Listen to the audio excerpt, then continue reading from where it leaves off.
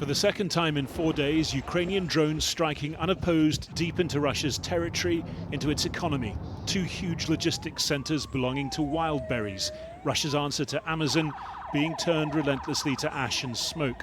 At least one person killed, several injured. Saturday's attacks on Wildberries warehouses killed 8 civilian workers. Ukraine says the centres supply Russia's military, something Russia denies, along with the impact of Ukraine's intensifying long-range strikes. The key branches of the Russian economy are stable, despite the attempts from the outside to destabilize the situation in the energy sector and elsewhere. Kyiv says it wants to bring the war home to Russia, something Ukraine's new armed forces chief today pledged more of.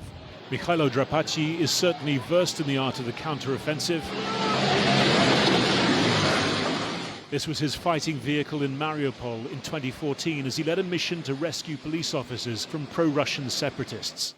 12 years later, and he's been made Ukraine's most senior military officer. Fedorov confirmed in post today by President Zelenskyy after his announcement last night that the previous occupant, Oleksandr Syrskyi, had been dismissed.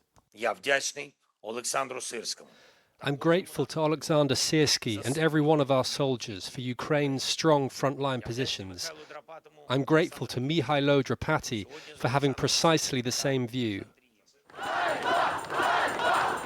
Precisely opposing views, though, within and between Ukraine's government and military have brought this about. Another major climb down by Ukraine's president after days of protests. 60-year-old Syrskyi, steeped in the military hierarchy of the Soviet era, had appeared to have won a power struggle with the defense minister, Mykhailo Fedorov. The 35-year-old, only appointed in January, was sacked last week, but didn't go quietly, mounting an immediate, pointed defense of his push to innovate, to fight asymmetrically, change procurement, and improve training and conditions for conscript soldiers.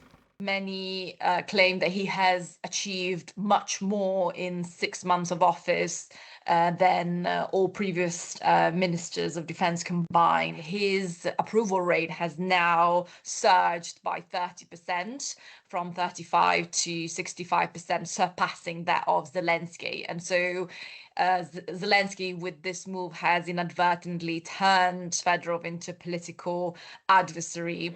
Zelenskyy has offered him what he calls a decent alternative job in government, but protest leaders are demanding his reinstatement as defense minister by Friday.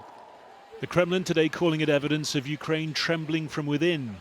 In Ukraine, though, it's talked of as a sign of civil society resilient enough to go on, even under ceaseless Russian bombardment.